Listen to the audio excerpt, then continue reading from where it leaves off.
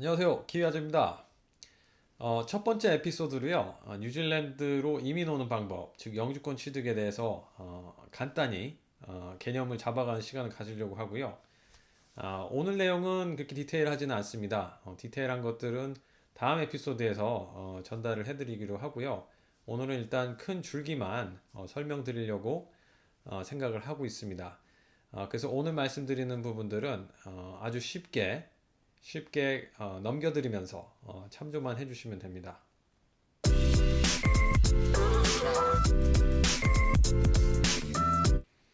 뉴질랜드로 이민 오시는 방법은 크게 네 가지 방법이 있습니다.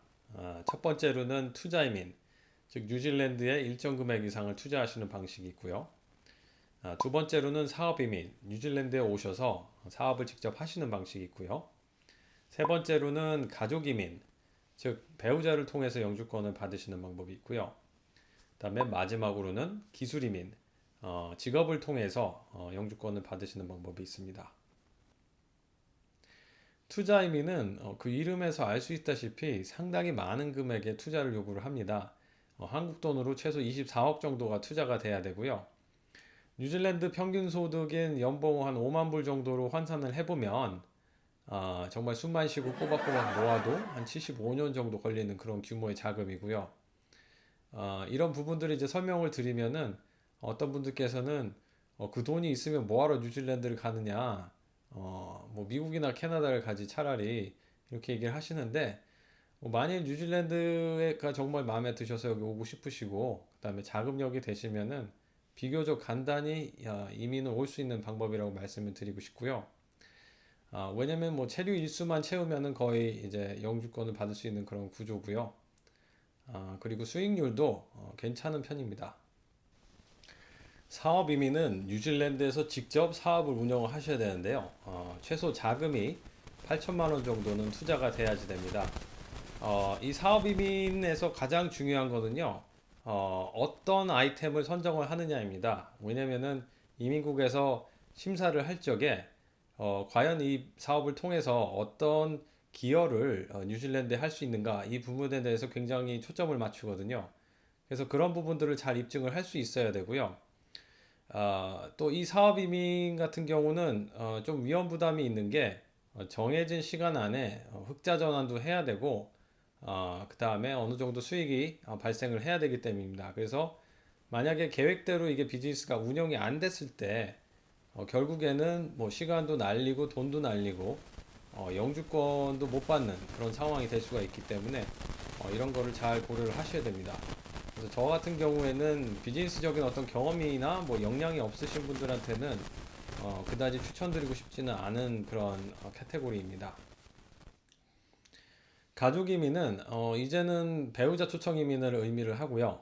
예전에만 해도 형제자매 초청 이민 혹은 뭐 부모님 초청 이민 뭐 이런 카테고리가 있었는데 형제자매 초청 이민 같은 경우는 완전히 폐지가 됐고요. 부모님 초청 이민 같은 경우는 한시적으로 지금 중단이 된 상태입니다.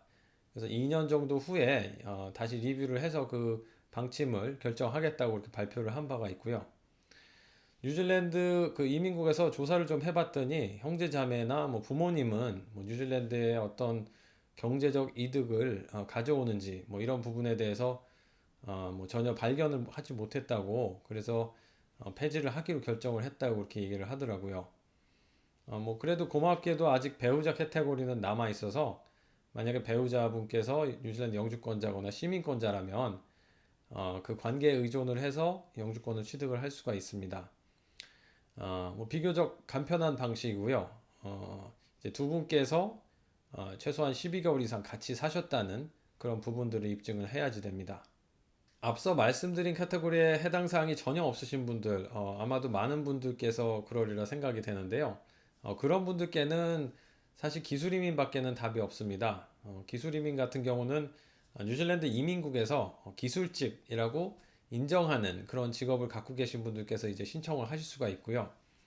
뭐 물론 예외도 있습니다. 뭐 룰이 조금씩 바뀌었기 때문에 기술직이 아니어도 뭐 특수한 경우에는 영주권 신청을 할 수가 있는데 뭐 그런 것들은 이제 다음번에 한번 다뤄보도록 하고요. 기술 이민은 상당히 조건이 좀 까다롭습니다. 그래서 뭐 영어 점수 일단 있어야 되고요. IELTS 6.5 정도의 이상의 그런 점수가 있어야 되고 뭐 연봉도 맞아야 되고 학력이나 경력도 지니고 계셔야 되고요. 등등 여러 가지 조건들이 있습니다.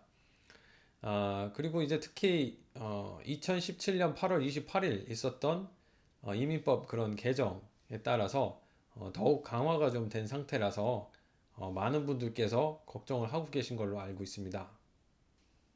자, 이로써 뉴질랜드 이민에 대해서 아주 간단하게 뭐 거의 수박 겉핥기 식으로 알아보았는데요.